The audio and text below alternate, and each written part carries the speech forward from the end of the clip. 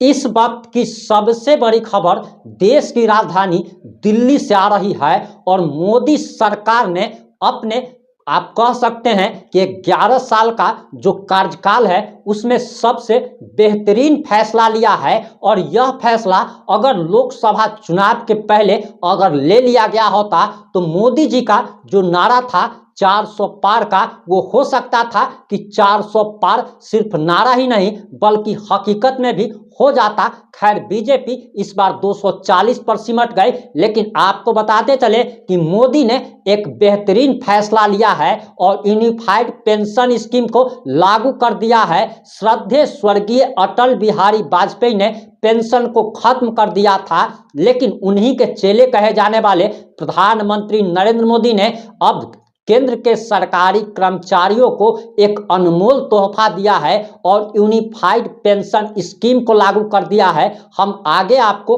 केंद्रीय मंत्री अश्विनी वैष्णव ने जो ऐलान किया है, अश्विनी वैष्णव जी को भी आपको सुनाने वाले हैं। लेकिन आपको बताते चले कि इसीलिए कहा जाता है कि सही समय पर सही निर्णय लेना बहुत जरूरी होता है और मोदी सरकार ने सही समय पर सही निर्णय नहीं लिया, वरना आज 400 पार हो जाता। और मोदी सरकार यानी कि प्रधानमंत्री नरेंद्र मोदी जो इस बार लाचार और बेबस मजबूर नजर आ रहे हैं और चिराग पासवान जैसे लल्लू पंजू लोग भी, जो कि 5 सांसदों वाली पार्टी भी उनको आंख तरेर कर दिखाती है। और यहां तक कि प्रधानमंत्री को अपने कई सारे फैसले वापस लेने पड़ जाते हैं। जीतन राम मांझी जैसे लोग जिनकी पार्टी के एकमात्र सांसद हैं, वे भी अब प्रधानमंत्री नरेंद्र मोदी को आंखें दिखाते हैं। अगर प्रधानमंत्री नरेंद्र मोदी ने यही फैसला अगर लोकसभा चुनाव के पहले ले लिया होता तो आज केंद्र में मोदी की यानी कि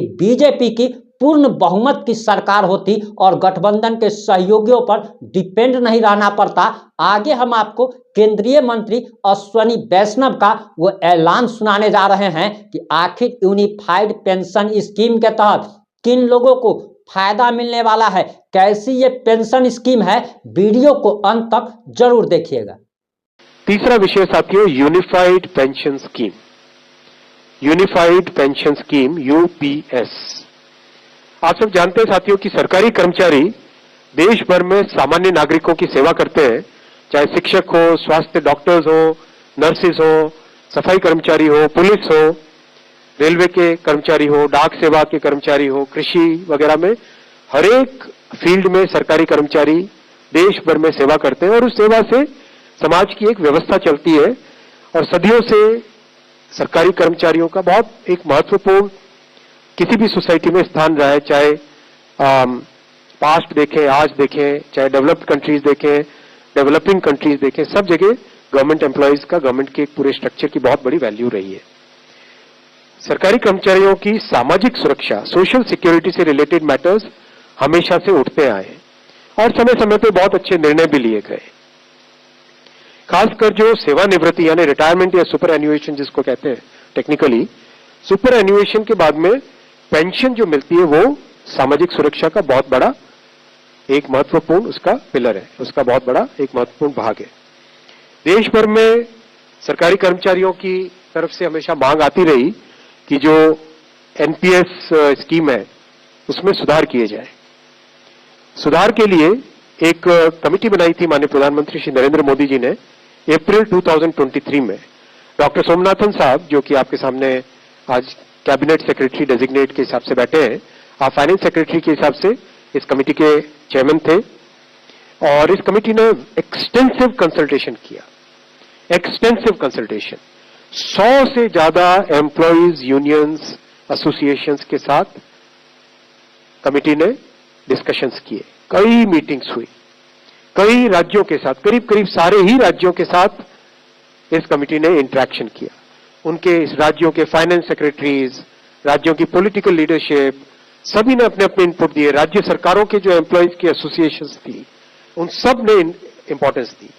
तो जिस सीरियसनेस के साथ प्रधानमंत्री श्री नरेंद्र मोदी जी ने इस विषय को लिया, आप सब जानते हैं कि मोदी जी के काम करने की शैली में और विपक्ष में एक बहुत बड़ा डिफरेंस है। विपक्ष में केवल एक मुद्दा रख देना, केवल एक घोषणा कर देना, कुछ अनाउंसमेंट्स कर देना, वो उनकी शैली है। मोदी जी की शैली है हमेशा जो मुद्दा है उसको सीरियसली लो, उसको डिटेल में समझो, उस पर जितना पॉसिबल है कंसल्टेशन करो और उस कंसल्टेशन से निकल के जो देश हित में, जनहित में और स्टेक होल्डर्स के हित में जो विषय आए उसको उस तरह से आगे रखना। इसीलिए इस कंसल्टेशन के बाद में और साथ ही साथ जो जॉइंट कंसल्टेटिव मैकेनिज्म है सेंट्रल गवर्नमेंट के एम्प्लॉइज का JCM, उसके साथ मल्टीपल मीटिंग्स, फिर दुनिया के कई देशों में किस तरह की स्कीम्स है, किस तरह के सिस्टम्स है वो भी देखा, फिर भारत की जो अर्थव्यवस्था है और केंद्र सरकार का बजट है उसको समझने के लिए रिजर्व बैंक ऑफ इंडिया के साथ,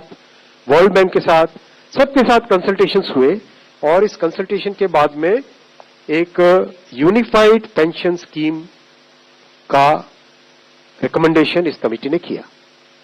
और आज प्रधानमंत्री श्री नरेंद्र मोदी जी की अध्यक्षता में यूनियन कैबिनेट ने यूनिफाइड पेंशन स्कीम को